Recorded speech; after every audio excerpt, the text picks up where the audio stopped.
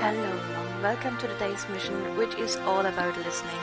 Today I'm going to try and read a story written by SpacePaladin15 on Reddit, on the subreddit Humanity Frick Yeah. I am very bad at reading, but I hope you will enjoy.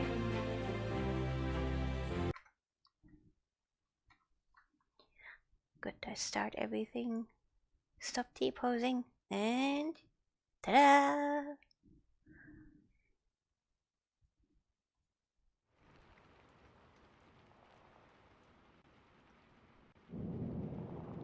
We have some background music.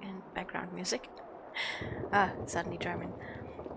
I hope you will enjoy it. Yes, I am asserting dominance. Doesn't work so well when I do it manually. I have decided to actually use the artillery and rain background. I hope you can hear it. Let me put it a little bit louder. I hope that will not give me any trouble. I just liked it the most, and it seemed to be one that does not have too many copyright problems. But I also could not find anything to actually state if it does or does not come with copyright problems. So, here's for hoping. If it does come with copyright problems, I do want to at some point put this on YouTube, so I would probably just re-record the reading or something. We'll find a solution. I hope you enjoyed though. I'm very sorry for being so late. A lot of stuff came up. A lot of stuff. You may have noticed. Because no matter how much I want to keep things offline or at least private, not everyone does. And it's really hard on me. But let's get into it. As I said, I am absolutely bad at reading out loud. Let me know if you have any requests in me doing voices or me changing how I read anything. I will probably do my usual and nervously read at 10 times the speed.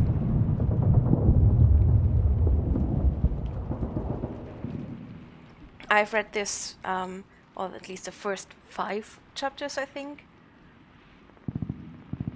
Oh, it's a bit loud now, okay. Not better? I've read the first 5 chapters over a year ago, I think. I'm nervous. I'm a lot more nervous than pretty much any other thing I usually do on stream.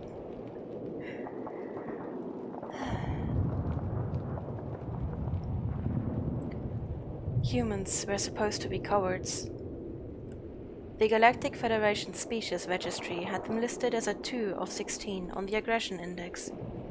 Our interactions with the Terran Union up until this point supported those conclusions. They had not fought any wars among themselves in centuries, and had formed a unified world government prior to achieving FTL travel. They had responded with eagerness rather than hostility to first contact, unlike many species. Earth had resolved every dispute through diplomacy and compromise, since it became an official member of the Federation. For example, a few years ago, the expansionist Xanic claimed a Terran mining colony as their territory. The Federation braced itself for a minor conflict, as they expected the humans to defend their outpost, but the humans simply shrugged and agreed to hand off the planet for a small yearly fee. Rather than going to war, the Terrans somehow ended up as prominent trading partners for the Xanic. There was also an incident where the paranoid Hodal arrested Terran ambassadors on charges of being spies. Imprisoning diplomats with zero evidence was a clear provocation to war, but the humans did nothing. They didn't even raid the facility where their representatives were being held. They simply opened back-channel negotiations with the Hodal and arranged a prisoner exchange, swapping a few smugglers for their people. Thoughts on the humans vary depending on who you asked. Some in the Federation found their pacifism commendable and appreciated their even-tempered statesmanship. Others thought that it was weakness that led them to avoid war. I was in the latter camp. The only reason not to respond to blatant insults with aggression was that they didn't have the wits or the strength for it. When the Devourers came, the three most militaristic species in the galaxy, as per the aggression index, banded together to stand against their approach. We didn't know much about them, but we called them the Devourers, since their sole mission was to drain stars of their energy. I can't tell you why they would do such a thing. Whatever their reasons, they would take on one system by force, suck it dry, and move on to the next. Our fleet, the finest the Federation had to offer, suffered heavy losses when we clashed with enemy destroyers. We fought as hard as we could, and it didn't matter. Our weapons hardly seemed to scratch their ships. It was a tough decision, but I ordered what was left of the fleet to retreat. As much as we needed to stop them, we would lose the entire armada if we stuck around any longer. I sent out a distress signal, relaying our grim situation and pleading for reinforcements. There were other species with lesser, but still potent militaries within the Federation, but my request was returned with silence. Not a single one of those cowards volunteered to help. Hearing of our defeat, I suppose they decided to flee and fend for themselves. I thought we were on our own, until we detected human ships jumping to our position. How ironic. The only ones who came to our aid were the galactic pushovers. There were only 5 of them, according to our sensors, which is not nearly enough to mount a fight. A pathetic showing, but it was more than the 0 ships that had been sent by the other Federation powers. Sir, the Terrans are hailing us. What do they think they're gonna do? Tug the enemy to death? First Officer Blitz quipped. I heard a few snickers from my crew, but quickly shushed them. We need all the help we can get, on screen. A dark-haired human blinked onto the view screen. Federation vessel, this is Commander Mikhail Rykov of the Terran Union. We are here to assist in any way possible. I bowed my head graciously. Thank you for coming, Commander Rykov. I'm General Kilon. Please join our formation and help cover our retreat. Retreat? Human commander blinked a few times, looking confused. Our intentions are to engage and terminate the enemy. With 5 ships? All due respect, the Devourers number in the thousands, and they crushed our fleet of equal magnitude. I wouldn't expect a peaceful species like yours to understand warfare, but it's in your interest to follow our lead, I said. Commander Rykov seemed even more confused. You think humans are a peaceful species?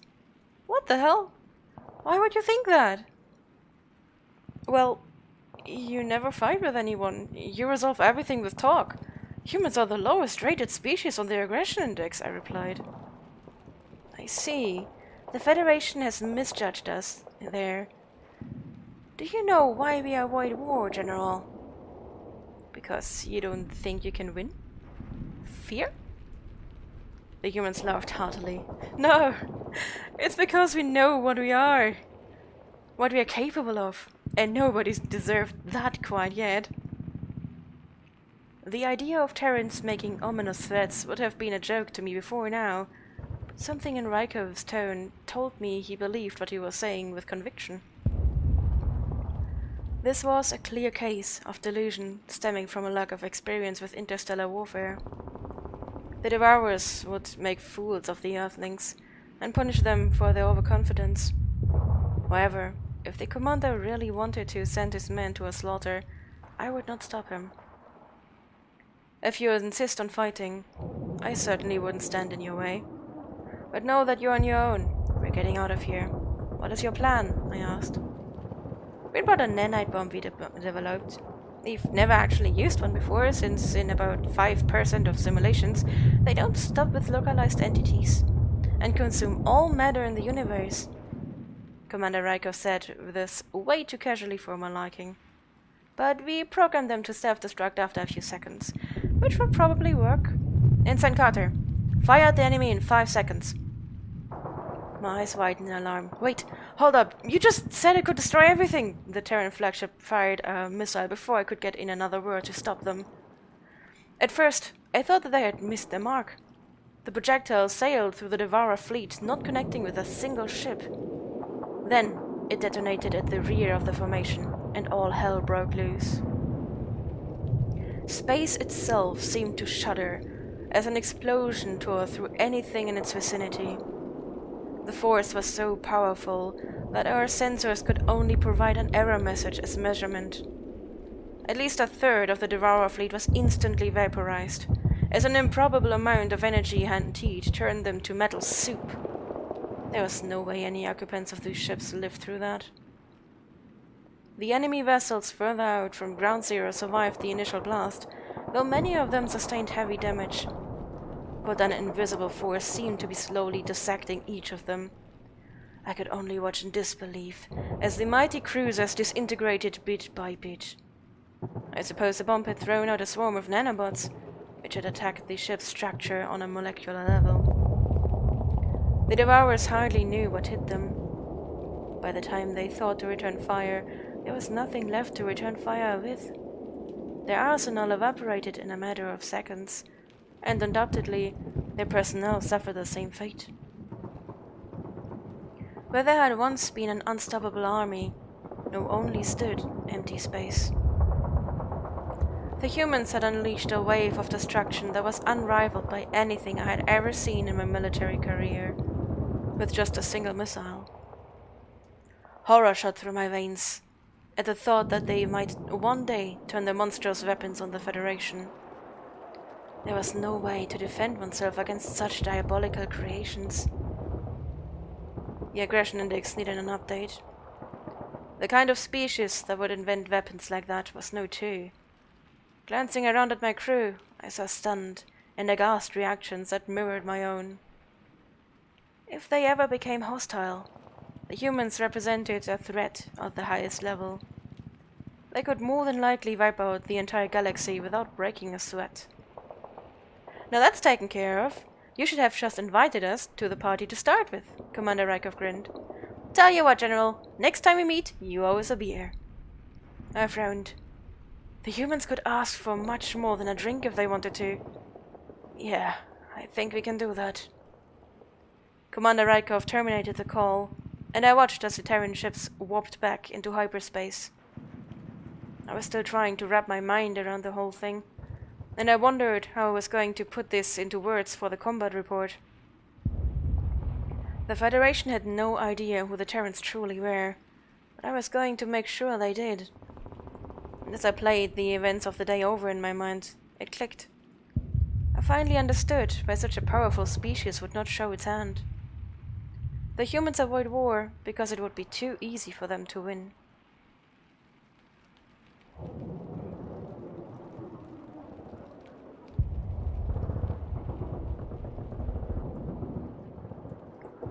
The Federation Senate was expecting the worst when the messenger arrived.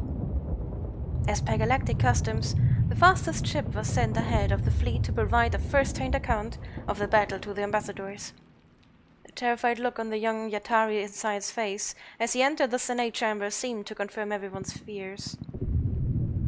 I remember the transmission we had received just a few hours ago, detailing the grim predicament of those who had confronted the Devourers. The numbers of confirmed losses had already been hefty, and without any Federation member sending in backup, we could be looking at as much as a 90% casualty rate. As speaker, I had tried to persuade the mid-tier aggression species to offer assistance, but they all flatly refused.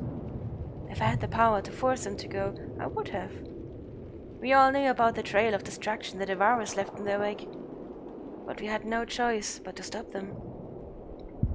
They would push us to the brink of extinction if we allowed them to plow through our galaxy. There were a few odd points to the messenger's behavior, however. As he walked up to the podium, he locked eyes with the Terran ambassador Nikki Johnson and swallowed nervously. I noticed that his hands were shaking. The Yatari were a proud, honor-driven race who had seen the horrors of war time and time again. Never before had I seen one return home looking like they'd seen a ghost. And why would its fixation be on the peaceful humans of all races? Ah, hello, Senator. I'm in St. Louis. The Herald's gaze had not left Ambassador Johnson. The Devourers have been defeated. Not a single one of their ships survived. Surprised murmurs spread through the assemblage. I was puzzled as well. The earlier correspondents had painted a hopeless picture for our men. If there had really been such a drastic turn of events, we needed to know how it had happened. Whatever tactics the fleet had employed could be passed on to the commanders for future encounters.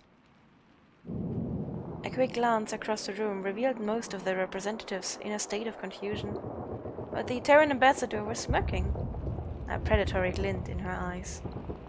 There was something about her expression that unsettled me deep in my subconscious.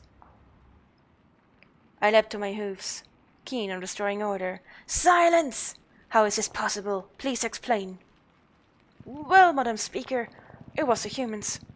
They only sent a few ships to our aid, but they built something awful."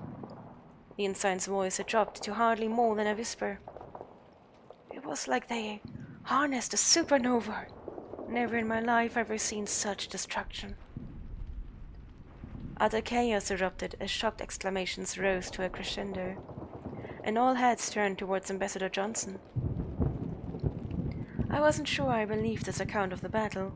The humans, possessing some terrible weapon capable of destroying the Devourers. It was common knowledge that they avoided war at all costs. Xanic Ambassador Kaziel laughed and raised a talon to speak. "Respectfully, the humans are not a fighting species. Savvy, cunning, greedy. They are all these things. But if they had weapons that could wipe out the Devourers, they'd be more than talkers and diplomats. They'd rule the galaxy by now." The Xanic were in the upper echelon of aggressive species, but also were humanity's primary trading partner. The Terran Union had won them over with their willingness to sell anything for a price, and despite differing philosophies on violence, the two powers had become close allies. "You're wrong. I saw it with my own eyes," Ensign Tellus replied. "The truth of humanity is that they are killers. They are dangerous. The General thinks we should seek their friendship, but I'm not sure I agree. I don't trust them." I turned my gaze to Ambassador Johnson. He would let the Terran representative answer. "What do you have to say? Is it true?" Ambassador Johnson sighed wearily. "Yes, it is true. Earth has many last resort weapons stashed away. We are very good at warfare, but we try to find a different way." "Why did you present us with a false image of your species?" I demanded. "You speak of peace, and yet you've been hiding away the strongest weapons in the galaxy." "We never wished to use them," she said. "Your aggression index, the high aggression species, are often territorial and seek to conquer. If the Federation had looked into our history, you would have seen that we were once like that. We lost millions of lives in wars between our factions, and we grew tired of all that bloodshed. Humanity has tried to be better. Our destructive, impulsive nature is still there. We just buried it deep. You see, we are the only aggressive species to have a strong sense of empathy as well. We grapple with that duality constantly. We control ourselves with rules, and for the most part, we choose good. But we know that the depths of depravity that exist. We knew that one day, someone truly evil would come along, and we would have to be worse." I digested her words, my mind still reeling. A war with one's own species that had millions of casualties? Even the worst conflicts in the Atari's early history numbered around 200,000 dead, and they were 15 or 16 of the aggression scale. The bloodiest war we had previously known of didn't hold a candle to the humans' past. A species with that much of a propensity for violence should have killed itself off. There was no way they should be able to form a functioning society, let alone to think that they were acting as the galactic peacemakers. It was hard to reconcile my experiences with civilized, smooth-tongued human diplomats with the vile history Ambassador Johnson has described. No matter how much the humans claimed to be able to control their savagery, we could not trust them. A species with such a drive to violence could easily stab you in the back in a moment of anger and think nothing of it. Honestly, if I wasn't afraid of retaliation, I would have raised a motion to oust the Terran Union from the Federation then and there. But even if it was playing with fire, it was probably better to have them on our side than to have them turn their artillery on us. We would have to monitor them much more closely, though. I forced a neutral expression. You did save us from an enemy we could not defeat on our own. We owe you a great debt. It will take some time for the Federation to fully consider what you have just told us, but we thank you for ending the war. Ambassador Johnson's eyes hardened. The war is not over, Speaker. We defeated one fleet, but the Devourers will send more if they are not eliminated, and they only would come back stronger. Humanity does not expect your blessing, but we do ask for your forgiveness for what we are about to do. What you are about to do? I asked cautiously. We are going to strike the homeworld with antimatter bombs. No survivors. It is a permanent solution. It may not be pretty, but we don't see any other options to put an end to the terror they subject the rest of the cluster to, she replied. Even the most aggressive species looked appalled at the suggestion. I noticed the ambassador in closest proximity to the human edging away, as though they were afraid she might bite. I shook my head fervently. That is genocide! The Federation cannot accept the eradication of an entire species. Please, let us try to negotiate a truce. We must exhaust peaceful avenues before even considering an attack like this. You can't reason with someone who only wants to destroy you, kill, or be killed. Ambassador Johnson rose from her seat, collecting her belongings. How many innocent species have already perished by their hands? As far as we are concerned, it's better them than us. The Terran representative exited the building, waving farewell to Ambassador Kazil as she departed. I could not fathom how any sentient could be so calm and detached at the prospect of glassing a planet, even one of a parasitic race like the Devourers. I wondered if we should at least make some sort of attempt to stand in the humans' way. It was unlikely we could stop them, but at least we could say we tried. Things were simpler when we had thought they were peaceful. A part of them wished that the lie could have lasted for just a little longer. I missed our pacifist friends already.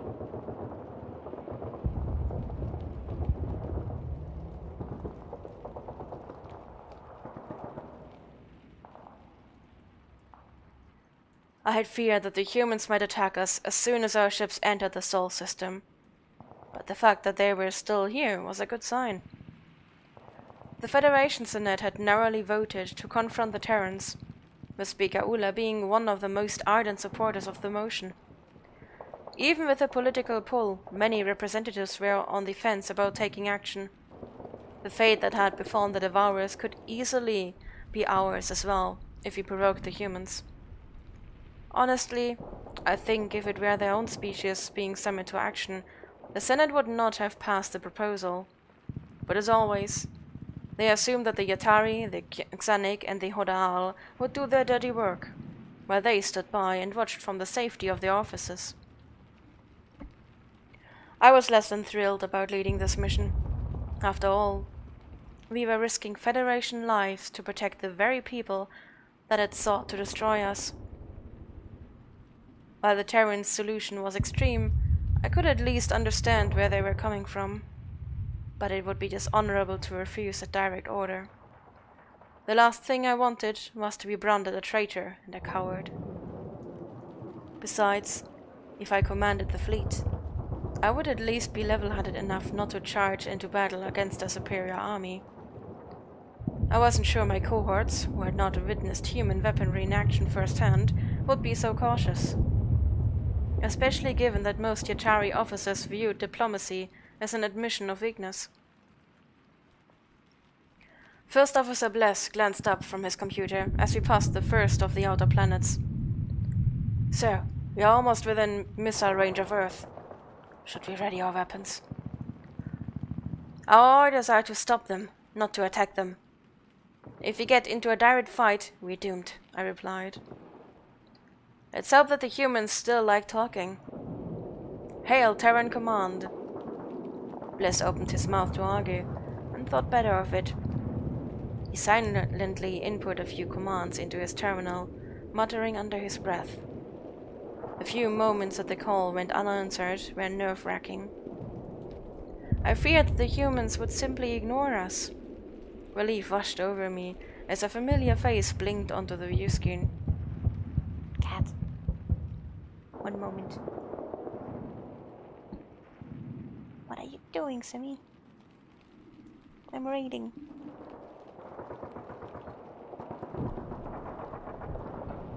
Sammy doesn't care that I'm reading. Ah. Well, Sammy wishes all of you a Merry Christmas. Lots of head pats.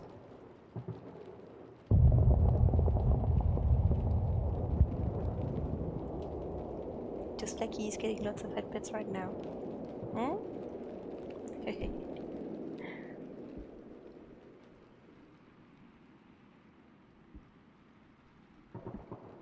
I wish he would come close enough so you could hear the purring. Cat treats! Do you want cat treats?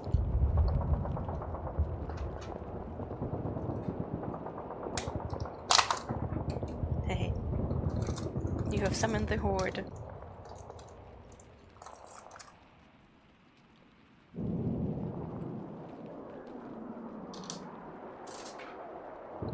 Thank you very much for the cat treats, Razzles. I think they are well received.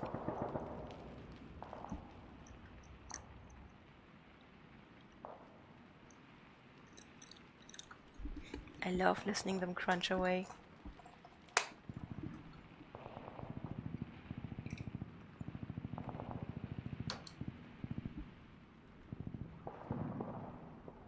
Oh, where was I?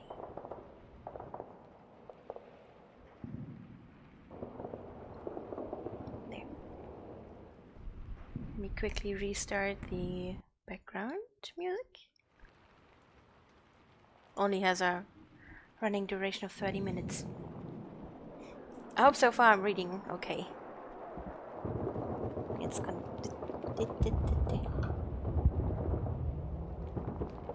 Can I continue reading, Sammy? Yes? Okay, thank you.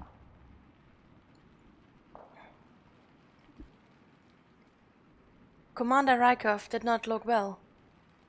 His black hair was disheveled, his uniform was wrinkled, and dark circles had taken up residence under his eyes. This was a far cry from the radiant and confident man who had come to our rescue yesterday.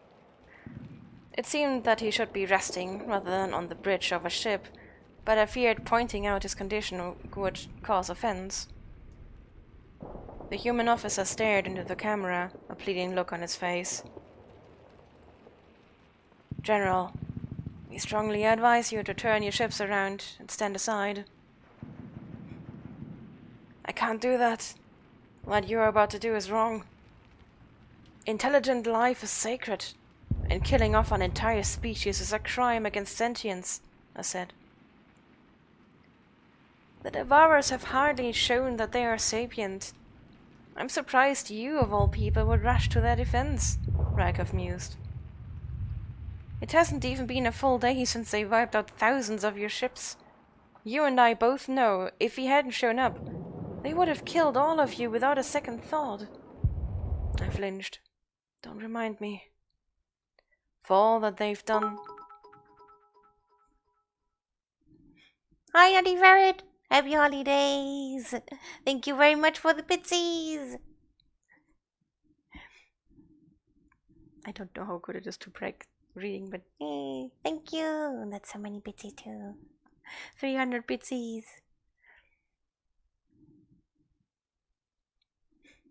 I hope you're getting to relax a little bit here. I'm very bad at reading, but I'm giving it a try. Where was I? There. I flinched. Don't remind me. For all that they've done, I don't want to see an entire species slaughtered. That makes us just as bad as them. Their actions don't make yours right. Commander Rykov sighed. Well, it seems we're at an impasse. I assume you're going to attack us if we don't stand down? We just want to talk. You don't have to do this. Your species has a moral code, right? I took a deep breath, trying to collect my thoughts. What if there are innocent people, children and civilians on their homeworld? Look, I don't like what we are about to do, but I have my orders. We don't even know if they have civilians, or if they can show emotion. Exactly, we don't know. What's the harm in waiting and getting more information? Don't you want to know why they are doing this? I'd like to understand, Rykov tilted his head, as though thinking. I suppose it wouldn't hurt to gather some intelligence. Hell, it might come in handy down the road. What would you suggest?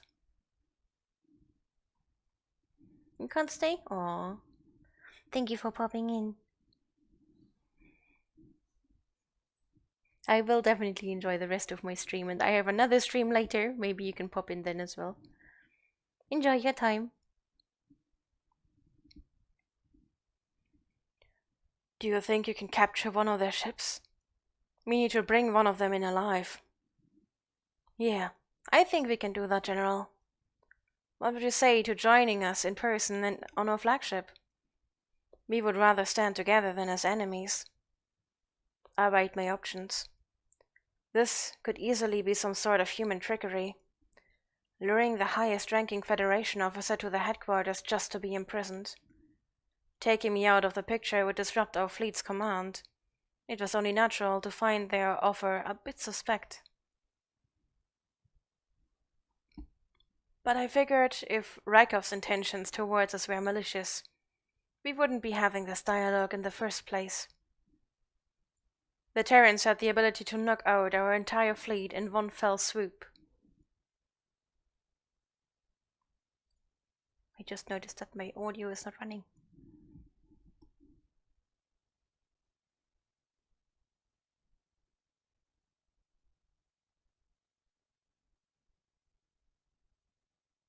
Everything is so slow because the arms are taking up so much CPU.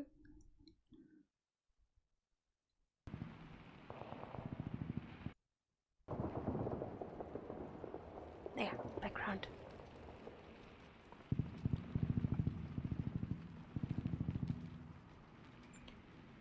The Terrans had the ability to knock out our entire fleet in one fell swoop. Yet they had not fired it on us. At any rate, I still owe the commander a great debt for saving my life. The least I could give him was a bit of trust.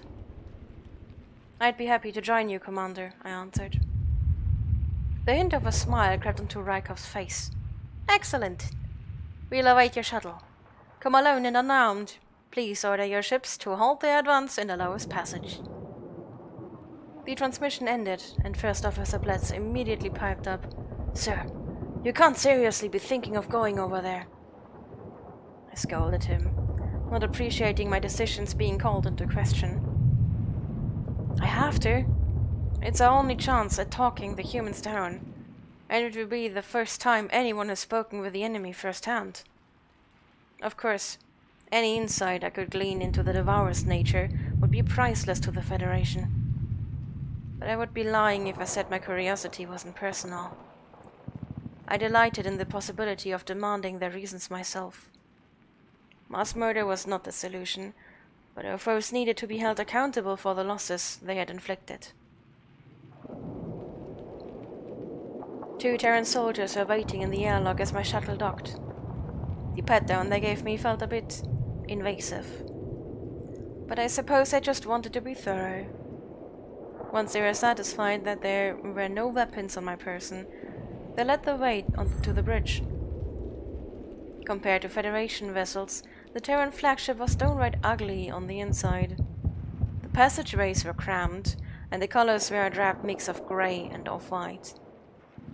It was evident the humans gave little consideration to design elements, rather focusing on packing the warship with as many weapons and stations as possible. I couldn't help but feel a bit claustrophobic as we navigated through the series of winding corridors and tight staircases. Hi, Extinction Circus. Thank you for dropping by. Merry Christmas. Feliz Navidad. The hallway finally opened up into a wider chamber, which was lined with rows of computer monitors and a holographic display at the center. My first thought was that I had never seen such a disorderly command center in my life. Dozens of personnel were bustling about the place, tablets in hand, shouting at each other. How could they even function amidst such noise and chaos? Commander Rykov was at the heart of this madness, studying a projection of the Devourer fleet. 2 officers stood by his side. From what I overheard, it seemed that they were providing rough estimates of enemy capabilities and reviewing a plan. I grimaced and rubbed my forehead as I walked over to them. A headache was already setting in from the commotion. "Welcome aboard, General." Rykov didn't look away from the holomap for a second, so I wasn't quite sure how he spotted my approach. "We'll be leaving in a few moments. I trust you won't give us any trouble. Sit back and enjoy the show." "All right, everyone, to your stations!" Rykov's voice raised to a booming shout, carrying over the background chatter. "Set course to System 1964A. Weapon systems on high alert. Boarding party stand by." In an instant, all conversation ceased, and the crewmates scrambled to their post. A silent, attentive team replaced the mayhem in a flash. I marveled at how drastic of a shift it was, watching as they executed their assignments with trained efficiency. The duality of humanity was as evident in their day-to-day operations as it was on their martial policy. A familiar, sinking feeling clutched my stomach as we slipped into hyperspace. There was a strange rattling noise echoing from the walls, suggesting that the ship was pushing the upper limits of its warp speed. The human craft leapt back to real space in a matter of minutes, on the fringes of Devourer territory. "Our sensors are detecting a formation of 16 ships on patrol trajectory within weapons range, sir," a young officer called out. Commander Rykov nodded. "Very good. I want all of the ships but one destroyed before they know what hit him. We disable the last and board her. We need systems online so EMPs are off the table. Stick with conventional weapons, let's go." I watched out the viewport as hundreds of missiles sailed towards the fleet. An indicator flashed on the display tracking the target locks. It seemed that the computer was remotely piloting the weapons. The patrol ships pivoted around to face us, firing kinetic rounds in an attempt to destroy the projectiles. Their bullets connected with a few missiles, but with only seconds to react, there was no way to take off all of them. The human explosives punched through the metallic devourer hulls like they were paper. The force of multiple, simultaneous detonations ripped them down to their skeletons, tossing the formed metal in all directions. The only ship that remained was a straggler at the rear of the formation. A single projectile clipped the last cruiser, tearing a gash in its side. There was no way the vessel could jump away while venting atmosphere. A human transport approached the crippling ship. Crippled. It was unclear what the boarding party would face inside, but after the unfettered might I had witnessed again, I had confidence that any Devourer resistance would put down with little trouble.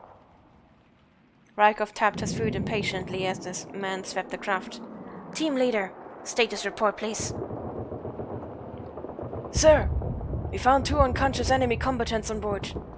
Life support appears to have been shut off. A gruff male voice crackled over the speaker. We didn't hit their computer or their power. They did this to themselves. What? Attempting suicide rather than being captured? The commander trailed off. Get them back to your ship at once. Try to resuscitate them. Yes, sir, we are on it. I frowned in confusion. Why would the Devourers switch off their life support? Perhaps it was about honor, but it made no sense to opt for slow suffocation over a simple bullet to the brain. I had to hope that the human medics were as proficient as their soldiers. There were so many questions to ask, but that man wouldn't give us any answers.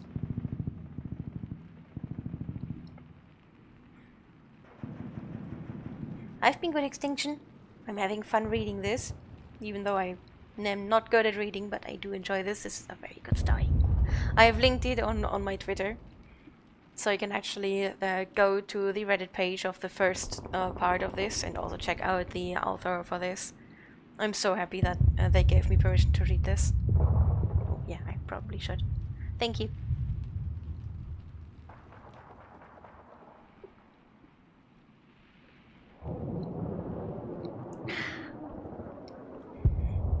I think there's like 25 parts to this. We are part 4, so... Boys, keep up!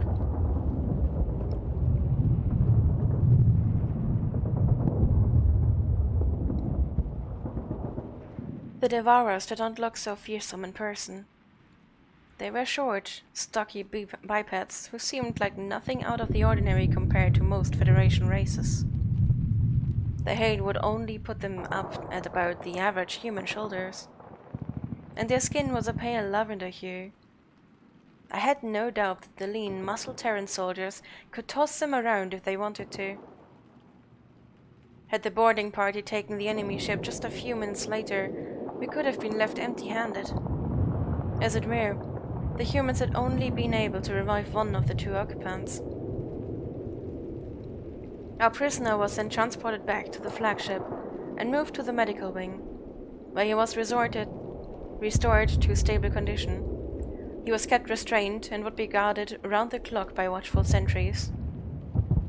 I tagged along with Commander Rykov as he headed towards medbay. It would be interesting to witness human interrogation tactics. After seeing the cruel pleasure in their eyes during battle, I wondered if they would torture the prisoners for information. It certainly was within the realm of possibility.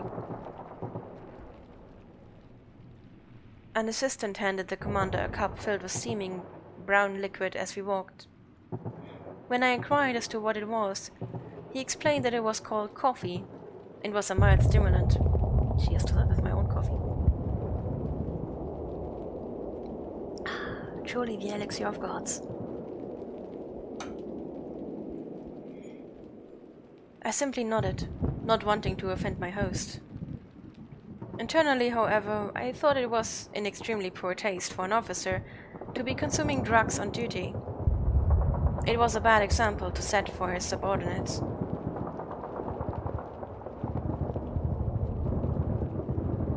Greetings back to your grandma. Thank you for greeting. I will be online later. I will take a break after reading for I think 1 or 2 more hours. And after that break, I will be playing Foxhole. Until the early morning hours, maybe. Although I do have to feed the cats again, so it's not gonna be that long. But yeah, I'm definitely going to be online sooner or later again.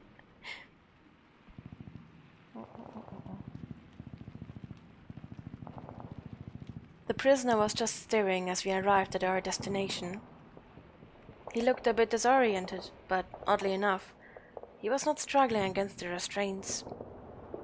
A laptop was stationed by his bedside, with an audio capture running on screen. "Will our translation software work?" I whispered to Rykov. The human shrugged in response. "It should. Our program has gone over all the transmissions that we have on record, and hopefully it was able to decipher the language from that." The enemy captive spoke a few syllables of gibberish, and the computer piped up with galactic command a second later. The 2 words chilled me to the bone. It said, "Help us." Commander Rykov blinked in confusion. "Help you? Okay, back up. First off, what is your name and rank?" There was a pause as the computer translated the question, and then another as it processed the response. "My name is Biem. I do not know what this rank is you speak of." "You don't have some sort of hierarchy?" I asked. "The Master is in charge of all. We obey or suffer the consequences. There is no escape." Rykov took a tentative step forward. "Who is the Master? Why did you attack us?" The prisoner emitted a strange vibration, which the computer identified as laughter. "The more accurate question is, what is the Master? I know that you know nothing. I just assumed people with your technology would be aware of our history. We were once a great species. When I was young, I remember being in awe of the technology we invented. I can say with confidence that we were the greatest builders in our galaxy. The irony is that it was our craftiness that destroyed us. We created an artificial intelligence with a single directive. It was to create a world without scarcity. It was given authority to govern our resources, empower our cities. We thought we could create a new utopia, ending all want, labor, and suffering. It was too good to be true. The machine pondered the problem. We assumed it would create some grand new form of energy, or that it would optimize asteroid mining. But it found a different solution. The only way to avoid scarcity was to control all of the resources in the universe. It would take them by force and use us as its army. Trying to picture the Devourers as a peaceful species of inventors was difficult. For years, Federation intelligence had watched them destroy any species that dared to defend their home planet. They encircled stars with absorptive panels and plundered planets without a second thought for the life forms they rendered extinct. We were told that the enemy could not be reasoned with, and that their greed was unparalleled. But if what Biem said was true, then they were unwilling participants the entire time. Their mindless, mechanical behavior made much more sense if they were under the direction of a rogue AI. I believed his story. The question was whether Rykov did. The revelation might steer the Terran Union away from the genocide route, but the commander needed to be the one to relay the message. I doubted the human would believe any information that came from us. Commander Rykov sipped at his coffee, taking a moment to process what had been said. Why wouldn't anyone fight back, or try to destroy it? Of course people did, but they are all dead now. The Master had overridden its emergency shutdown function. None of the safeguards worked. It controlled everything, military and industrial. So what was there to fight it with? Its only use for us is as a resource. If we defy it, if we fail, then we are no longer useful. And you see what happens. Once it takes control of everything, I have no doubt it will kill us all anyways. But that will take time. Compliance buys us a few more generations. As I said, there is no way out for us. It must finish its mission. It does not understand anything else. I see, Commander Rykov muttered. Answer me one more thing. Your weapons are also your inventions? No. Our fleet was dreamed up by the Master. Its technology is beyond anything biologicals could conjure, or so we thought.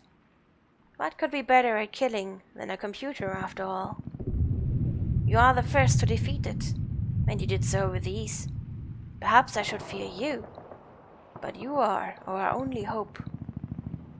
The commander frowned. Thank you for speaking with us, BM. That will be all for now. General, please come with me back to the bridge. I waited until we were out of earshot of the prisoner, then turned to Rykov. What do you think? A troubling story, the human replied. I would be less inclined to believe him if not for the suicide attempt. It doesn't add up without an outside force. I need to share our findings with my government immediately. This changes everything. Will you advise them to call off the bombing? I asked. Commander Rykov sighed. I will. We have to at least try to help. But the only way to be sure we destroy that thing is to destroy everything on that planet. If you try to evacuate the people, it will just kill them. If we do nothing, it could study our technology and replicate it. Then we're really screwed. I'm not sure we have a choice, General.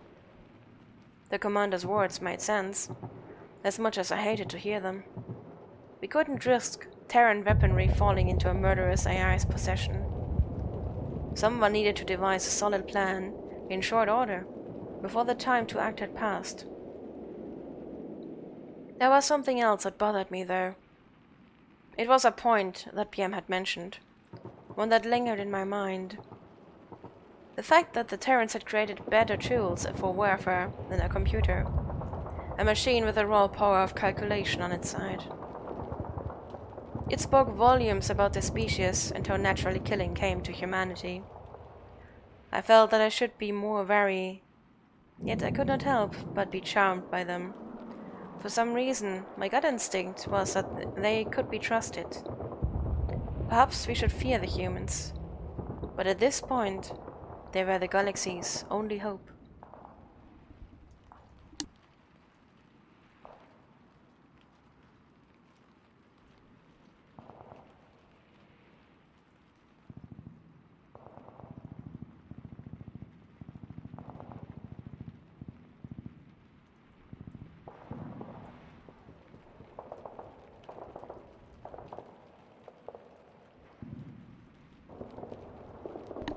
Quickly poured some tea because my voice is starting to get hoarse already.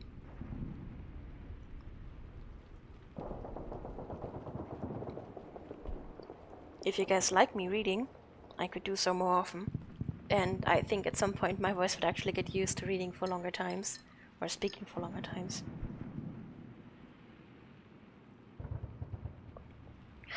Tea is good for the voice.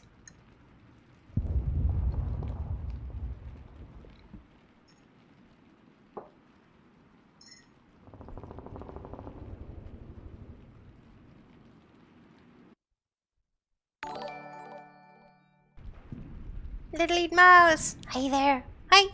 How are you doing? Merry Christmas! Feliz Navidad! I'm currently failing at reading a story. You may have been there when I read it the first time? I'm not sure if you've been there already. I think it was at the end of 2020. I hope you're having a wonderful Christmas time. Or if you're not celebrating Christmas, that you just have a wonderful time. Akia! Hi, Akia. So many people here. Eee. Merry Christmas to you, Akia. Feliz Navidad. My Spanish is getting better. Oh no! I'm gonna be multilingual in a few years. At this pace, it may just take like 3 or 4 centuries. Thank you, Frazzles. You're freezing. Oh no. We have like 10 degrees Celsius, so it is spring weather here. A week after we were snowed in so deeply that the cats were literally covered in snow when they would go outside. We have spring weather. I bet that it is going to snow heavily again soon. But no worries, you're not the only one freezing, because once I'm done reading for today, I will take a break from streaming and I will have to go through the middle of the night and drive to my friends to feed cats and then drive back, and it's gonna be freezing for me as well. Check Discord. I can't check Discord on my PC right now because of CPU, so let me just check my phone. I guess it's the octopus situation.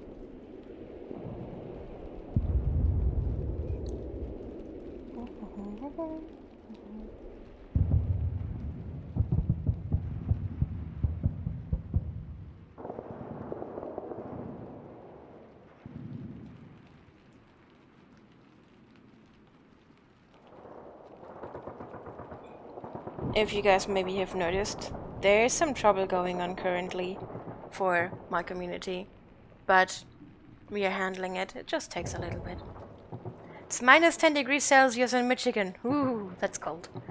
Is it snowy or is it just icy cold?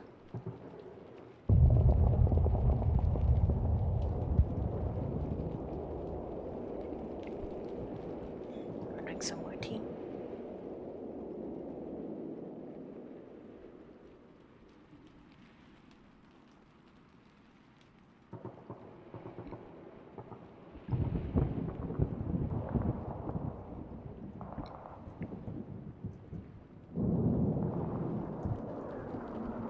Blizzard conditions. Ooh.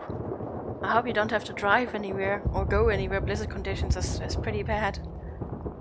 Stay safe, little lead mouse.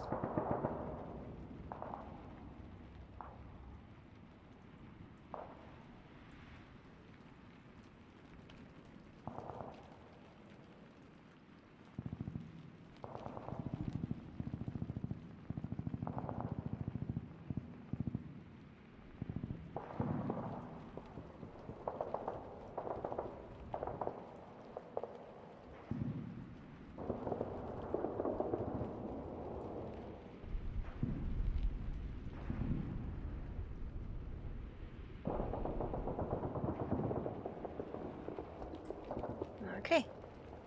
I hope that is that matter settled, so I can continue reading.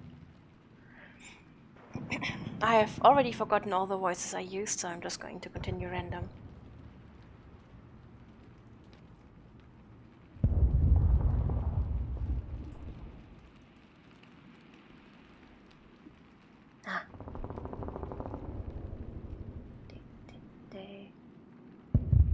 Wrong key. This key.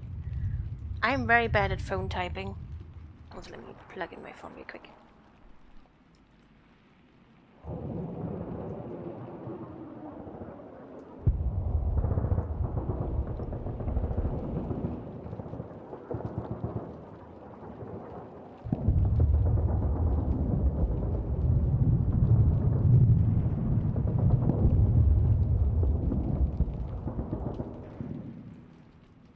Okay.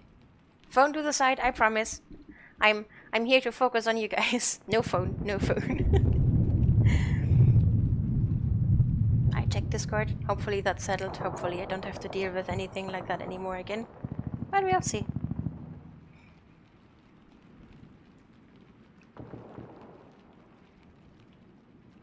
You got to have fun using the plow truck your family owns. A plow truck? That actually sounds like fun. I'm not a fan of driving, but if it is slow and heavy, and everyone realizes that it is a murder machine, then I am actually okay with driving, which is kind of fun. It basically means I hate cars and I love tanks. Just that cars are not honest about being murder machines. Plow machines are really cool. Actually, my mother and her partner have one as well. It's a lawnmower, but it has an extra that you can put in the front to plow.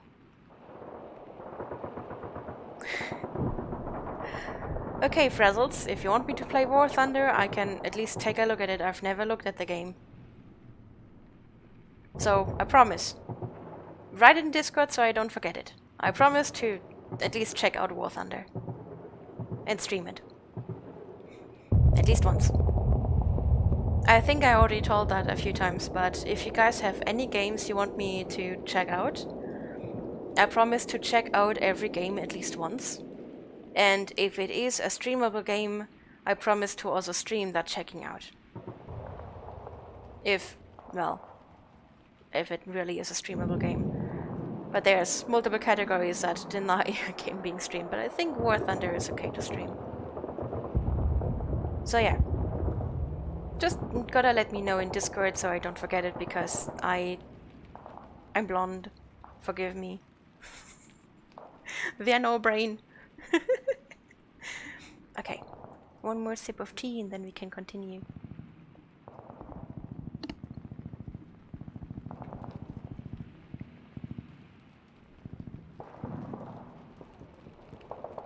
Icarus.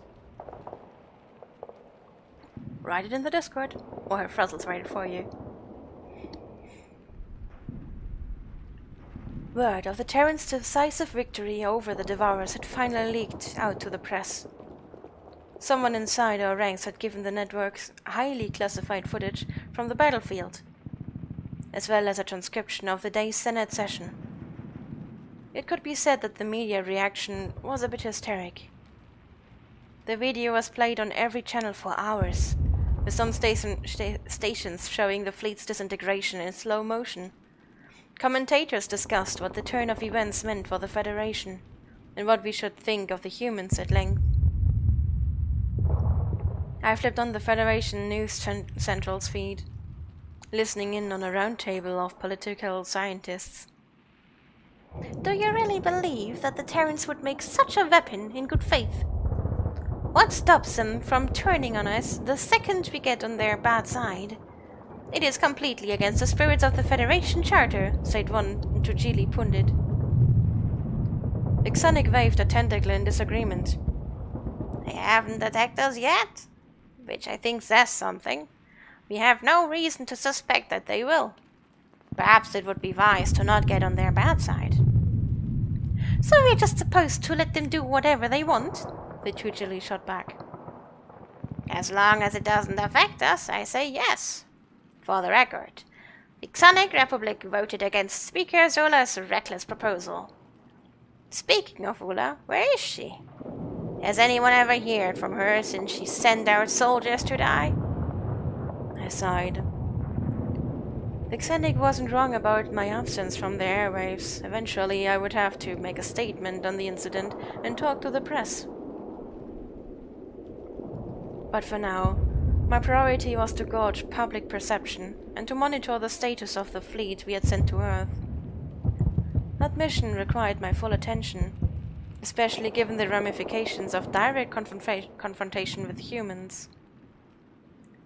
The General had gone radio silent since entering the Sol system, ignoring the regular check-ins of the Central Command.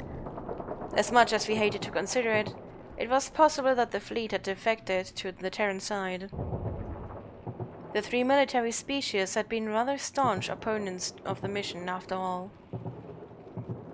Our remote sensors had detected a handful of human ships warping towards Devourer territory a few hours ago. We would know soon enough if they had gone through with their anti-meta bombing raid. There was no sense in scrambling more fighters to pursue them when they wouldn't arrive in time to make a difference. It would help to quell my nerves if I only knew what was going on out there. At best, the General had allowed the humans to pass, against his orders. Not that I could honestly blame him for avoiding a one-sided battle. The option that the Terrans had attacked the fleet was ruled out by the automated computer report flowing in. 0 damage was recorded to any ship by the status monitors, so it seemed the craft were still operational. Yet, inexplicably, they had come to a standstill, just out of missile range of Earth. I couldn't imagine what the General was doing if he wasn't defecting. A distraction from the situation would certainly be welcome, if only I could find a channel that wasn't talking about the Terrans. I switched over to Galactic Broadcast, who were interviewing a retired human general by video link. Be justified? Only caught the end of the interviewer's question. The human shrugged. You have to be prepared for anything. That nanite bomb was only built and used as a last resort. Most of our weapons are like that. Stuff we have lying around just in case. The interviewer glanced down at her notes. The Federation sees humanity as dangerous, out of control. Given the Terran Union's plan to wipe out an entire race, why should we believe that your weapons are a last resort, as you say? The Federation seems to forget that the stakes of this war are our entire galaxy, our entire way of life. The last thing I needed right now was to hear humans string together some justification for mass murder. Could you stop licking my arm, please? Oh, Semi. What? What? I'm reading. Sorry.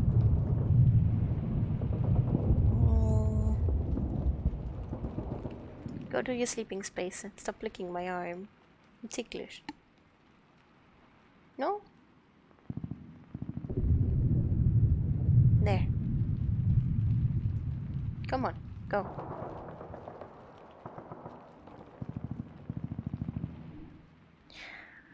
Semi.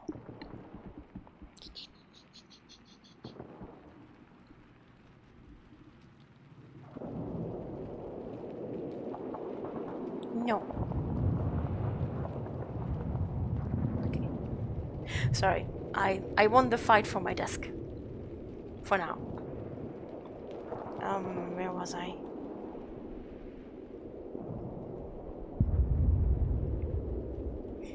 The last thing I needed right now was to hear a human string together some justification for mass murder.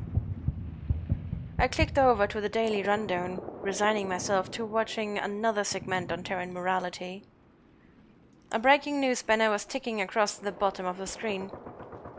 Terran Union releases official statement, was the headline. Well, this was actually interesting.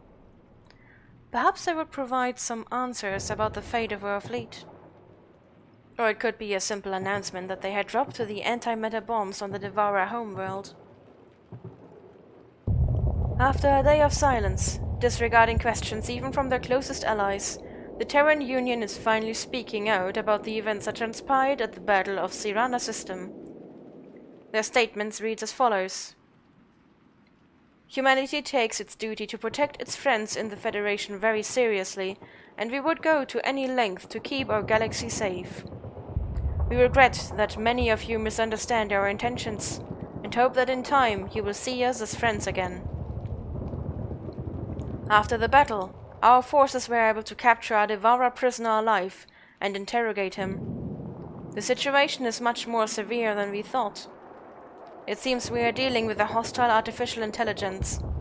We ask that our allies in the Federation work with us to determine our next course of action. I blinked in confusion. Were the humans implying that the Devourers were an artificial intelligence rather than a sapient species? We had not even considered that, given that their ships appear to originate from one planet, assumed to be their homeworld. If the Terran Union was telling the truth, I was a lot less opposed to their original plan of blowing the enemy to smithereens. My holopad indicates an incoming transmission on our military frequency. Relief washed over me as I realized it was contact from the fleet, and I answered.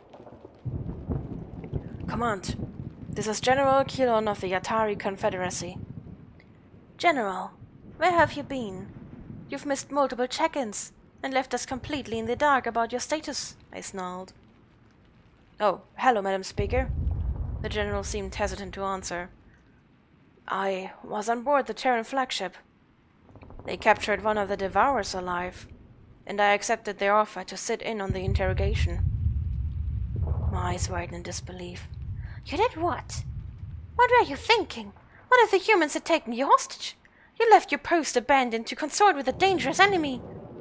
With all due respect, Madam Speaker, the humans are not our enemy. Not unless you make them one, he replied. I think you need to set aside your personal bias on this matter. It's clouding your judgment. General, you'd do well to do less thinking and more following orders. Command is not asking for your opinion. I could hear the anger seeping into my tone. I learned about this whole prisoner business from the news, before I heard it from you. What is this about artificial intelligence? The general took a deep breath, as if to calm himself. The Devourers are actually an advanced species that was enslaved by an AI they built. If they don't go along with helping it take over the universe, they're killed. The humans want to try to free them. How do they propose to accomplish that? I asked. They're still working on a plan, but they want our help.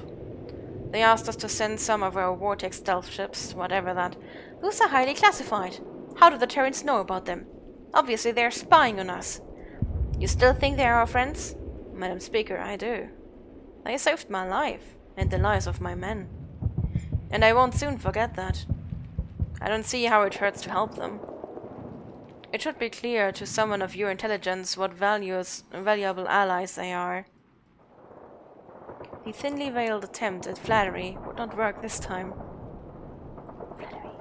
It sounded like she was being cursed out. Of course, I had believed that it was better to have the Terran Union on our side at first. This was the same species that I had worked hand in hand with to finalize treaties and maintain peace. It had been difficult to reconcile that with the depiction of cold-hearted killers given by our messenger. Hey, you two!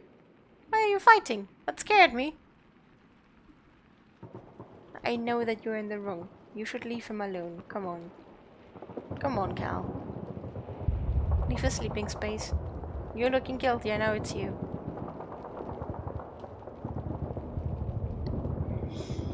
Ah, cats. Boop, boop, boop. Cat gone. Sorry, Sammy. Continue sleeping.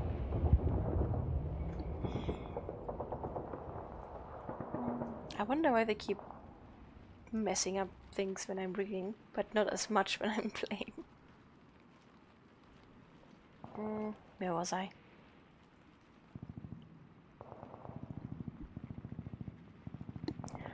But ever since I heard Ambassador Johnson's emotionless rationale for genocide, it seemed better to keep them at a distance as possible. Humanity's true colors were just too ugly and disgusting. A sad smile crossed my face. I never want to work with humans again. They are savages. Savages that masquerade as saints. It's not about the humans. This is what you wanted, right? To save the Devourers? Well, yes, but we don't need any help from... And frankly, Madam Speaker, if you keep up this crusade against the Terran Union, you're going to lose a fleet. The General's voice had lowered to just above a whisper. Xanac barely went along with these orders. And if you don't give the humans what they want, you're looking at an outright mutiny. If the Xanac rebel, the Yatari, and the Hoda'al would probably follow close behind. I recalled the words of Xanac on the news. His disdain for me in the Senate had been evident, and he had almost been acting as an apologist for humanity. Aggravating the Terran Union would have severe economic consequences for the Xanac Republic, so it was no wonder their loyalties were wavering. As much as I hated to concede anything to the Terrans, the General was right. We couldn't afford to lose our military species at a time like this. I suppose I could put aside my contempt for the humans for this one mission, if it was necessary to keep the Federation intact. We would deal with the Devourers now, and handle the humans at a later date. This momentary cooperation would not prevent me from pushing the Terran Union out of the Federation down the road. It was imperative that I did all in my power to sever our connections with them, one by one. While others succumbed to fear of the humans, I would stand strong and persevere our integrity as an organization of peace. Very well, General. Tell the Terrans we'll send our ships, but if they turn on you, don't expect any help from us.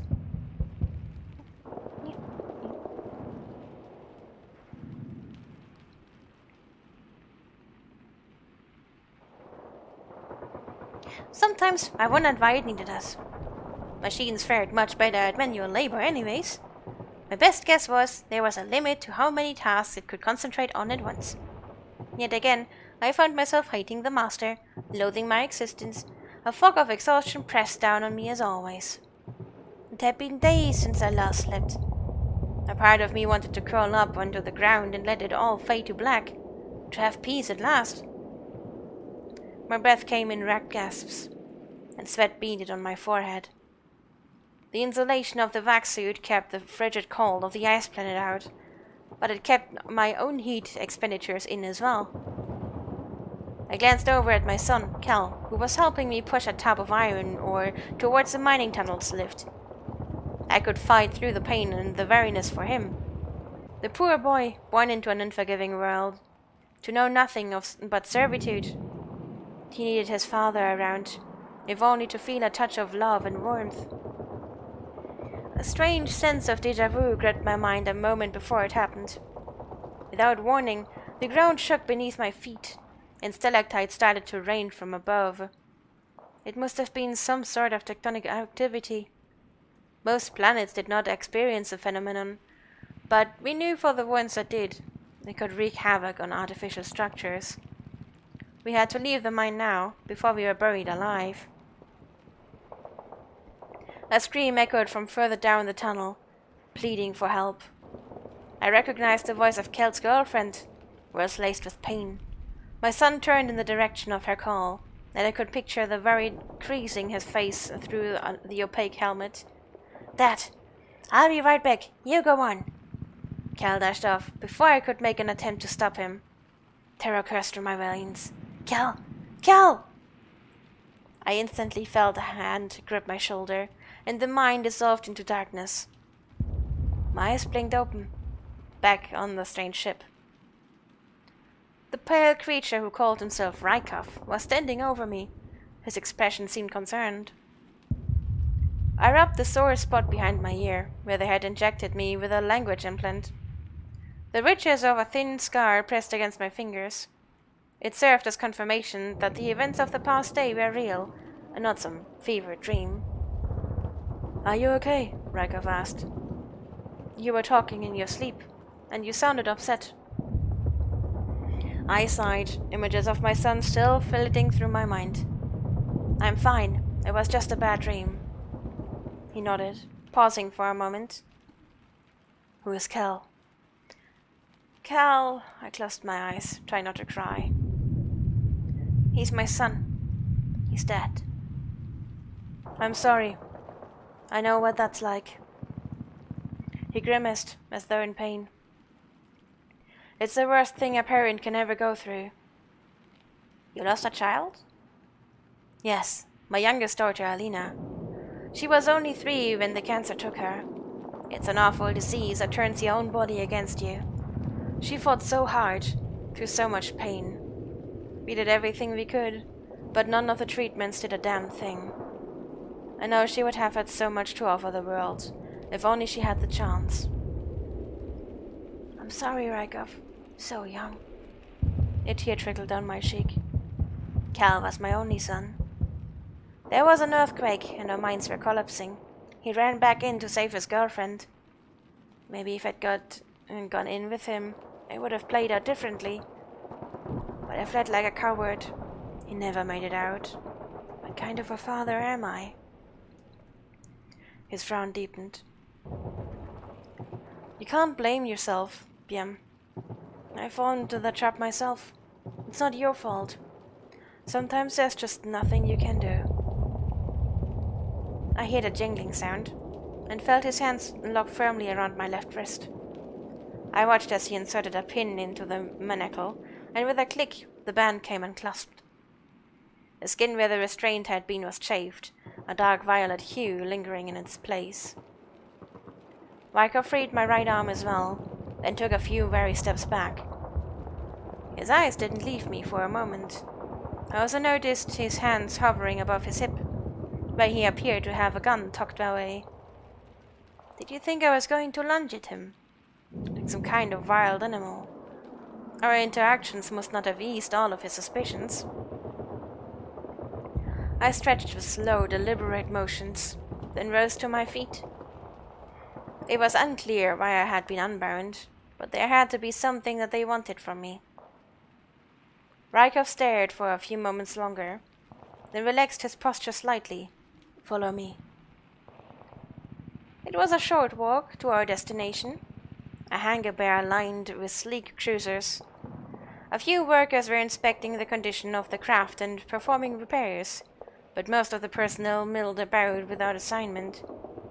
The sounds of chatter and laughter buzzed in the air. The cheery atmosphere was alien to me.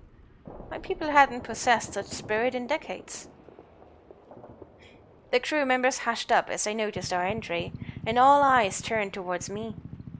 A flurry of whispers rippled across the room. I ducked my head, anxiety bubbling in my chest. It was likely that some of them harbored negative feelings towards my species, so doubted how much of my presence was welcome here. "All right, I want all of you to listen in," Rykov shouted. "I'm about to make a call to General Kilon, and we'll be going over the details of the mission." He removed the holopad from his pocket and thumbed through a few screens. I watched over his shoulder as his three-eyed being from my first interrogation appeared. "Hello, Commander," the general said. "The stealth ship should have arrived, as you requested." Rykov gestured behind him. "Yes, we have them right here, thank you. I'm not sure how you convinced the speaker." "Years of practice." The words were punctuated with smug satisfaction. "She isn't wrong that you're spying on us, though. Care to explain that one?" The commander shifted awkwardly. "We, sort of spy on everyone. The Federation has never been particularly forthcoming with us. Anyhow, did you get the plan I sent over?" "Yes, and I only have one question," General Kilon sighed, an exasperated look on his face. "Are all of your ideas as insane?" "What? I don't see the issue with it. Are you saying you have something better in mind?" "Well, no. It's drawn up based on the intelligence Biam gave us.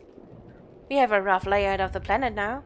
There's 12 main settlements, and the rest of the populace is deployed off-world. We are going to evacuate the largest one today. Our fighters will engage the AI's forces in orbit. Keep it distracted, with the stealth ship sneaked down to rescue the people. That makes sense, yes?" "It does, but that wasn't the entire plan, Commander. You left a few things out, like letting BM fly a stealth ship, the impossible time constraints. Oh yeah, and the part about the antimatter bombs." My eyes widened as I realized what General Kilon had said. Their strategy involved me as a pilot? After years of conscription, the last thing I wanted was to dive right back into the war. Rykov shrugged. "There are mechanical sentries posted all over the city, surveilling the people. Humans walking around would be noticed, but BM won't stand out. If we just immediately knock out the sentries and try to evacuate the civilians, they might see us as a threat and fight. We need BM to convince them to come with us." "And you really think you can complete this all in 40 minutes? "The AI will kill the people if it suspects it's losing. As you and I saw, it doesn't allow the possibility of capture, so destroying all of its forces and stockpiles is off the table. It's more about buying time. We'll give BM 20 minutes on the ground, and we'll take out the sentries.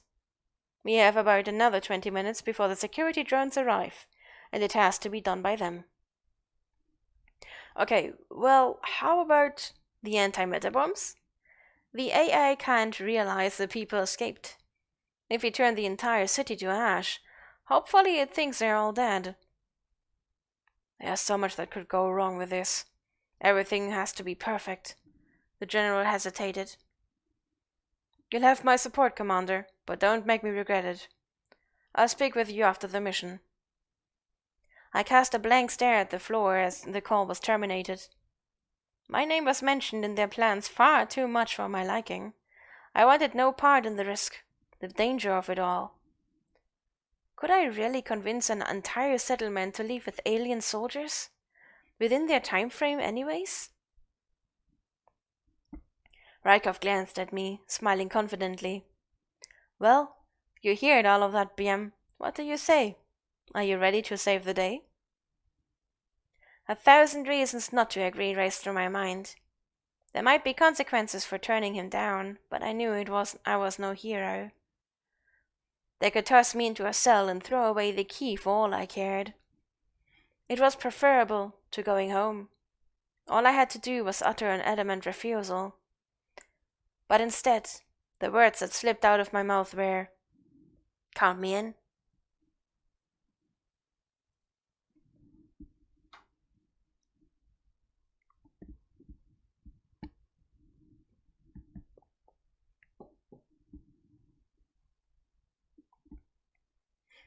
I was grateful that my human partner was piloting the stealth ship. With the wide assortment of buttons and levers inside, it was unlikely that my flying experience would have translated at all. I could just sit back, admire the view, and try to calm my nerves. Our descent through the atmosphere had been slow and methodical, as the humans wished to scope out the landscape rather than charge in blind. I wasn't sure they could make out anything from this altitude. To me, the structures below were little more than fuzzy outlines. They must have seen enough, because a few minutes later, a series of coordinates were called out through our earpieces. When plugged into our navigation system, they marked our landing spot just outside of the city. We dipped towards the ground at a much sharper angle than before. The rest of our formation tailed close behind. This was it. The moment of truth. Nausea crept into my throat as I fretted over the possibility of detection. Without the cover of the clothes to hide us, I felt vulnerable and exposed. "Human, are we really invisible?" I whispered. He huffed in annoyance. My name is Carl, not Human Devourer." I frowned, confused by his response. "Devourer?" That's what we call your species." "I guess it's not your actual name," he replied. "You know, because you destroy everything you come in contact with." The name they had given us confirmed my suspicion on how the humans viewed us. The outright look of hostility tossed my way in the hangar bay were a good hint, but hearing one of them put those feelings into words struck differently. It stung to realize that they saw us as little more than a blight on the universe. "You don't like me, Carl," I ventured. "Yeah, you're right. I have no idea why we're helping you." The human turned to face me, a skull marring his features. "You guys were complicit in everything that blasted AI did. Billions of innocent people are dead because of your actions. And now you play the victim?" I shrunk under the intensity of his gaze. "You don't understand." "Then make me understand," he said. "Everyone who stood against it died, like my father." My voice quavered as I thought back to that fateful day. "He was a police officer, and when the drones came to our city, he joined its defense. They found his body scorched beyond recognition by plasma fire shortly after." Carl's expression softened. "I'm sorry." "I was only 7 then. Those of us who survived were herded into camps. It pushed us to the physical breaking point, and if you didn't drop from exhaustion, you might well die to disease." I continued. "Anyone who deserted or rebelled suffered an awful death, and was made a public example of. Eventually, you'll lose hope, and you'll just do whatever it wants. If you don't, someone else will anyway." The human was quiet, which I hope was a sign that my words had gotten through to him. If this mission was to be a success, I needed my partner's wholehearted cooperation. We couldn't afford to have hostilities brewing between us. "Anyhow, you didn't answer my question. Are you sure we are invisible?" I asked. Carl offered a reassuring smile. "We should be. There's nothing to worry about. Relax." I pointed to a flashing indicator on the weapon screen. "Well then, what's that?" His eyes locked onto the red arrows, which were rapidly approaching our position. The color drained from his face, a sight which made me shudder. Most humans were pale enough in their normal state, but Carl had gone so ashen that he looked like a corpse. I feared he might keel over in front of me. The human switched on his headset. "Missiles inbound. Brace for impact. We've been spotted." A few moments later, the vessel was rocked by a violent collision. My body lurched forward, only to be thrown back into the chair by the safety harness. The air was forced from my lungs, and my brain seemed to rattle in my skull. A dizzy feeling fogged my mind, which was only compounded by the ship going into a wild tailspin.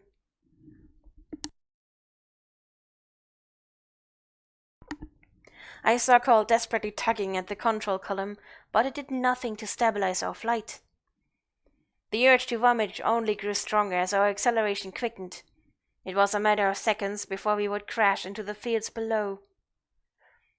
So this was how it all would end. I would have liked to say I calmly accepted my death, but the truth was I was terrified. My last thought before impact was cursing myself for agreeing to this insane plan, wondering why I'd gone against my better judgment. There was a jolt as the craft slammed into the ground, followed by a screeching sound as it broke into multiple pieces. Loose objects and debris tumbled past us, and thinking quickly, I ducked down to shield my head. We skidded across the dirt for what felt like an eternity before finally coming to a halt. Other than a few minor cuts and bruises, I was unharmed. You couldn't say the same for the ship, though. Glancing around at this swath of devastation, I figured a passersby could have mistaken the wreckage for the work of a cyclone. It was a miracle that the cockpit had, for the most part, stayed intact. I was rather shocked to still be alive, but now didn't seem like the time to celebrate. The acrid smell of smoke wafted into my nose, which suggested a prompt evacuation was in order. My harness was easy enough to unfasten, despite my shaking hands. Now all that was left was to walk out into the open air. Moment, I'm doing something for my voice.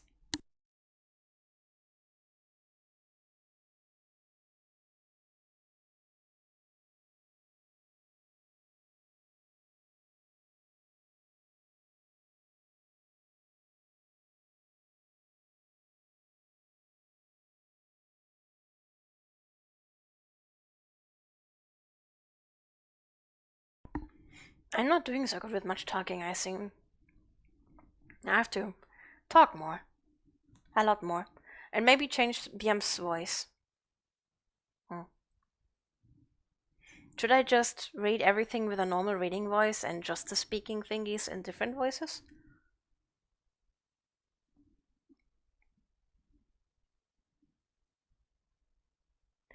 Before exiting the craft, I thought to check on Carl, just to be certain that he was alright. As my eyes fell on the human, my relief turned to dismay. He was slumped over in his chair, unresponsive. Crimson liquid oozed from a gash on the back of his head, staining his frosty blonde hair. I assumed it was blood, despite the unusual coloration.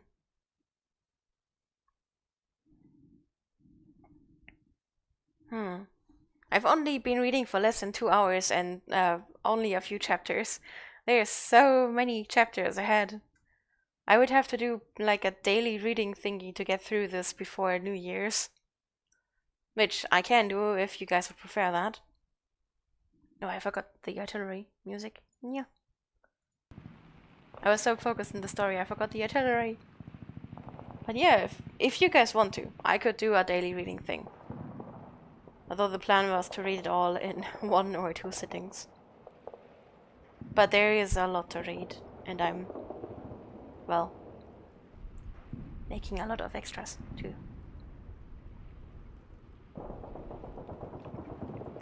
I raced to his side, shaking him by the shoulders. No, wake up. The human's eyes fluttered open, and he groaned. If my species had sustained that sort of head injury, we would likely be dead. Regaining consciousness would have been out of the question, but clearly, humans were more resilient. question was how much his injuries would impair him, and whether he was able to walk on his own power. Carl watched as I unclipped his harness. Can you help me out of here? I'm not asking you to carry me like a princess, but... Yes, of course. I wouldn't leave you here, I answered. Chugging. We're gonna chug tea. Because honey in tea.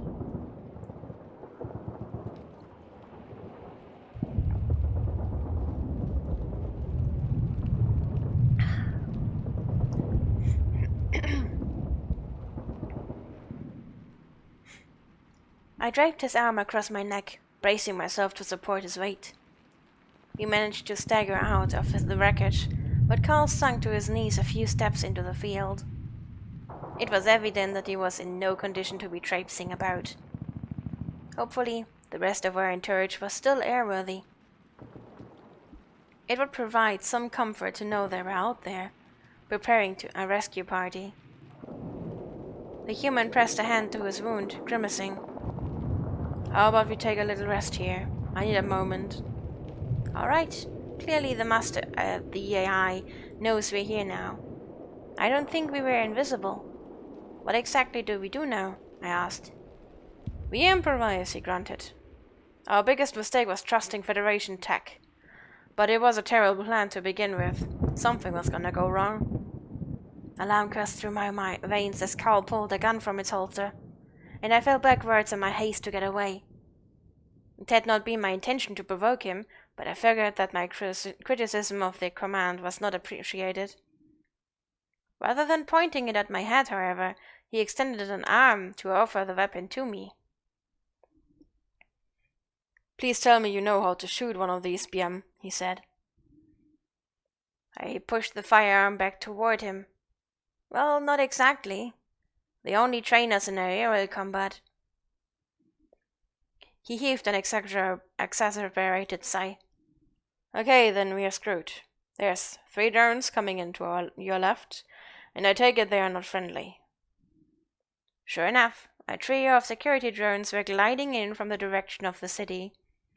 The instinct to flee was overwhelming, but I managed to stand my ground. Carl did not deserve to die alone.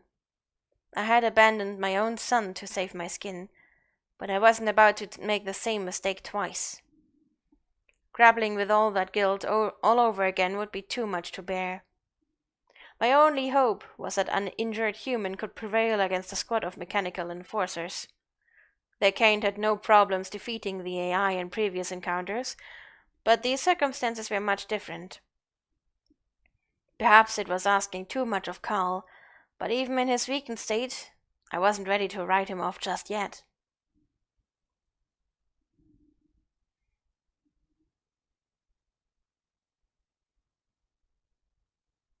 Would be nice if we could at least get to the half. Let me know. Should I read like 4 or 5 streams in total? Or 2 streams in total? Because I think that would decide how many chapters I will continue to read for today and tomorrow.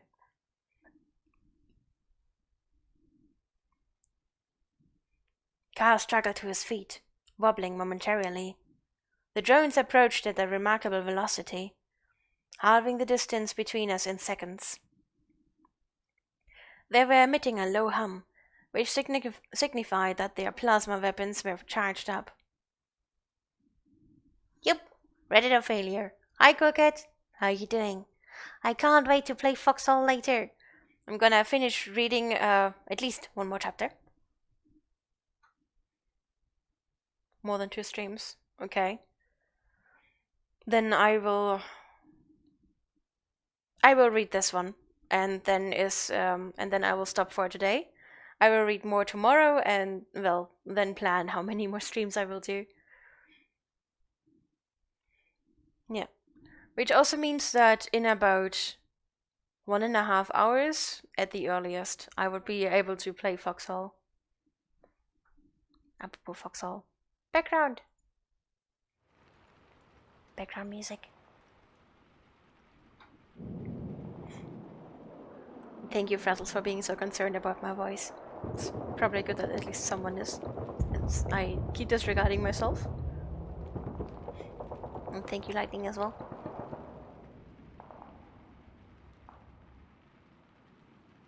Did I see your cookies? No? You made cookies too? I need to see your cookies too. Where did you post them?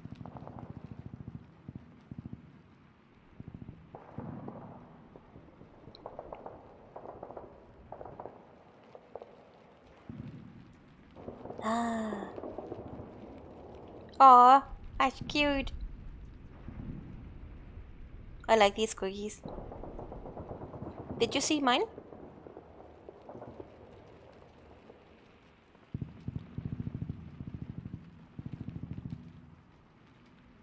I like the BT. Hehe.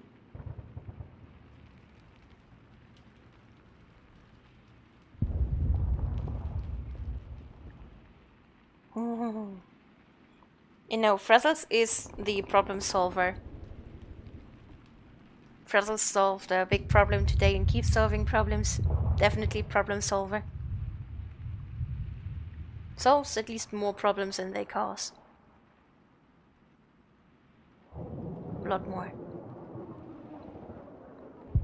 Okay, let me read this one chapter and then I'll take a streaming break. So, reading.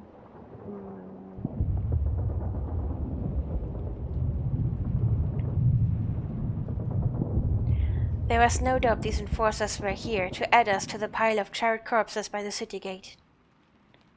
The human needed to take the shot now, before they were within firing range, or else... Wait, what was he doing? I watched in disbelief as Carl holstered his pistol, unclipped a round object from his belt, and raised both hands above his head. If he really thought the AI would accept his surrender, then he was foolish and mistaken. It would not hesitate to incinerate him, whether he submitted or not. I should have run while I had the chance. After witnessing human soldiers in action, I had expected to at least go down with a fight.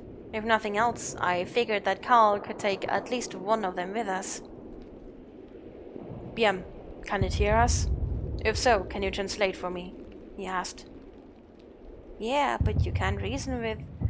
The human took a step forward, his lips curling into a snarl. Stop right there. Don't come any closer.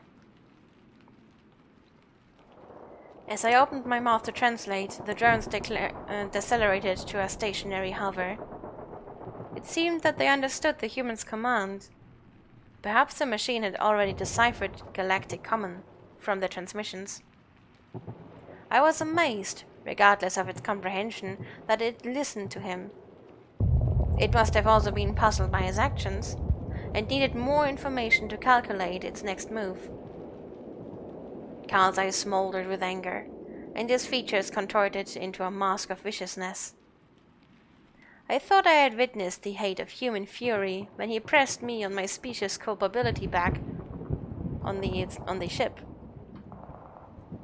But now he looked downright feral. Something in the back of his mind registered him as an angry predator, and I felt a tingling sensation as my skin camouflaged on instinct.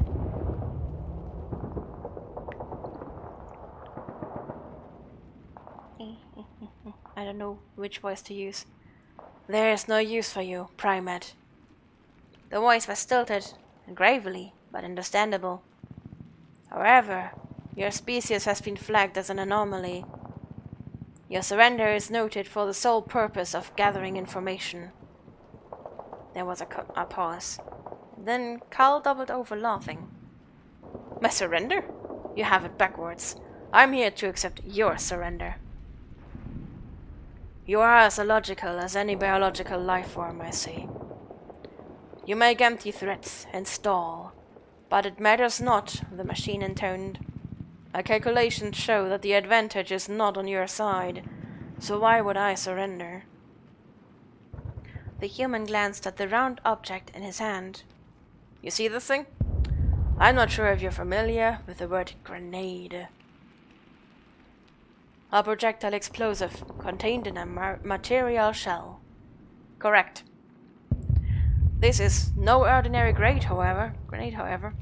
Carl clasped the device tighter, his knuckles turning white. If I release this lever on the side, it'll go off. I'd say most of this continent would be leveled, but it won't stop there. There are nanites inside this bomb, and they'll consume every part of the planet, bit by bit, infecting everything it comes in contact with. So I'd say, you don't want to try anything, else I might lose my grip. Horror pulsed through my body at his calm commentary. How could he hold something with the potential to destroy the planet without a care? What would have happened if the drones had shot him on sight? Or if he dropped the grenade on accident? Commander Rykov's commitment to saving our people seemed so genuine. I never imagined he would arm his soldiers with weapons that risk our existence. You are lying. That is not possible, the drone replied. The grenade is too small to deal that much damage. The human shrugged. You think? You saw what just one of our missiles did at the first battle, and that was outdated tech. That bomb was so obsolete that we were going to discard it in a few months anyways. Our latest gadgets pack a larger punch and fit in the palm of your hand. Portable, quite practical.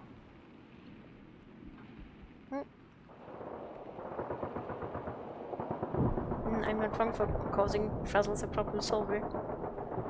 But it is funnier to call Frazzles a problem causer, yeah. Kinda is. But Frazzles is not the raging captain anymore.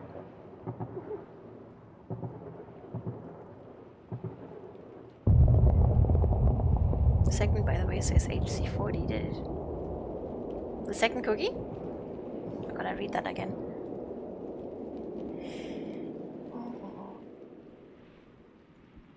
It paused, considering his words for a full second, which was an eternity for an AI. The effects of your missile were locked in my memory banks. It is true that you possess weapons with such power. You would not use them now, though. You would not kill the carbon lifeforms here. Why not, exactly? Carl demanded. Empathy. A weakness shared by biologicals. You care for the preservation of life. You think you care for these weak-minded fools? He turned and pushed me to the ground, planting a boot on my stomach. You have the right idea. They are useful as tools, slaves, but I could care less whether they live or they die. I had been caught off guard by the sudden show of aggression, and now writhed about, desperate to free myself from his grasp. In response, his heel dug deeper into my flesh. It was already difficult to breathe, and I feared I might pass out if I stayed trapped much longer. Do you have access to the Federation's public records? Carl asked. Yes. Look at the aggression index. You'll see that humanity is the highest species on the list. A 16 out of 16. He continued. You have no idea who you're dealing with. We are the destroyers of worlds, the messengers of death, the rulers of the weak. We enjoy violence. The aggression index matches your assertion. Yet you are allied with the other Federation species. There are no records of you fighting them. They are not our allies. They are our subjects. We conquered them so long ago that prior records have been erased. And now, thanks to you, we learned about a new species to add to our little collection of slaves. Darkness began to shroud the edges of my vision. Tears trickled down my cheeks as the realization of the humans' deception hit me. They dressed up as benevolent saviors, but they were every bit as monstrous as the AI. Perhaps they were worse than the machines, because at least it was just following its programming. It was not conscious, or of its moral choices. What a fool I had been, tricked by flowery words and feigned sympathy. I had led these predators to our doorstep, to prey on us as they saw fit. My error in judgment would, at best, lead us to the same fate under different masters. At worst, it could spell the end for our species and our home. Here's how it's going to be. You're going to leave us and round up all the people in that city, Carl growled. We're going to land our ships and take them with us. You won't try to stop us. You might lose some resources, but biologicals aren't important anyways. Besides, if you don't, I'll detonate this grenade and you'll have no resources left at all. Calculate that. The human smirked, as though daring the AI to defy him. I faintly registered that the enforcers departed, but my oxygen-deprived brain was slipping out of consciousness. Just as I was about to fade away, the weight was lifted from my stomach. Gasping, spluttering, I tried to reorient myself. A calloused hand wrapped around mine, pulling me to my feet. Carl's skin was clammy to the touch, and I could feel the racing of his pulse on his wrist. Concern washed over me as he stumbled, but then I recalled what I had just learned. Oh dear, you're crying. I didn't hurt you, did I? I'm sorry if I went too far. I had to make it convincing, he said. I sniffled. You're here to enslave us, just like the masters. Carl glanced around, checking that the drones were gone. No, of course we're not. But if it knew that we cared about you, it'd use your lives against us. You're saying you were lying? But the aggression index, you had a check, I responded. You're the highest rated species in the galaxy. It would only make sense if you love violence and oppression. The human snorted. You were a 2 of 16 until literally yesterday. That index is total BS. What changed? Speaker Ula is trying to make a political statement. She's been on a crusade against humanity ever since we used that bomb against you guys. Yeah, speaking of bombs, you brought a nanite grenade on a rescue mission? What? Oh, yeah, this. Cover your ears and close your eyes. Before I could process what he was doing, Carl tossed the explosive in some nearby bushes. He pressed his hands to his head and squeezed his eyes shut. I copied his movements. Despite shielding myself from the stimuli, I could still hear the thunderous crackle and sense of blinding flash. Hesitantly, I blinked my eyes open. Rather than our surroundings being vaporized as Carl had claimed, the world around me appeared unscathed. Relief swelled in my chest as I realized it had truly been an act. It was unnerving how easily he had lied under duress, but I knew that the facade had saved our lives. The human chuckled. Total bluff. It's a flashbang. A stun grenade. I gaped at him, my mind reeling. You threatened an AI with a non-lethal weapon, and it worked? Yep. Carl pulled another object from his belt. I'm going to send up a flare, and we're going to get out of here. I'll tell the commander to send down some transports for the people when we do. Somehow, we had succeeded in our mission.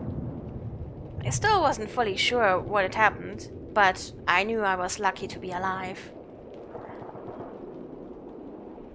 This was not humanity's first triumph over the AI, of course, but this time it was through their cunning, not their military might, that they prevailed.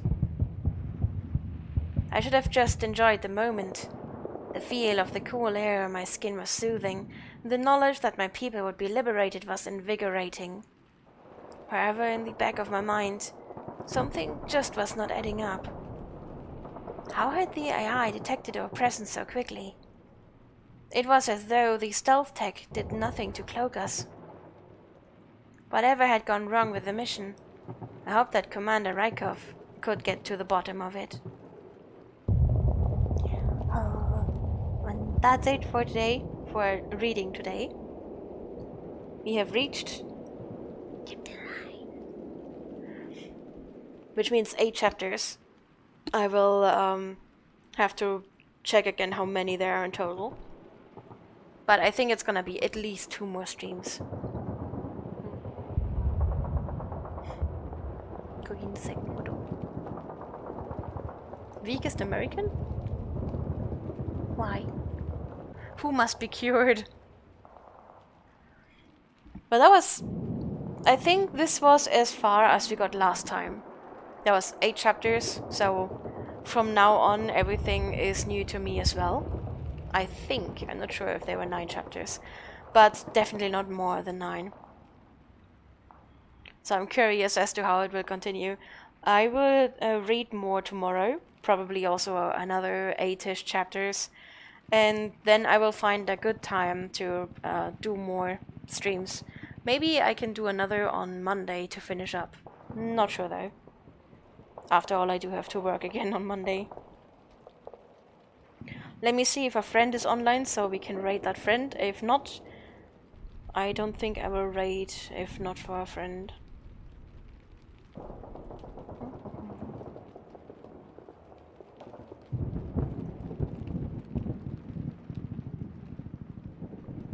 Well, there's the same one that we raided yesterday is online.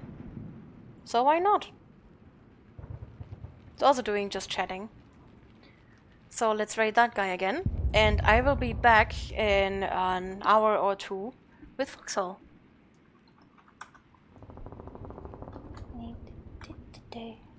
I always have to triple check if I write the name correctly because it's just quite...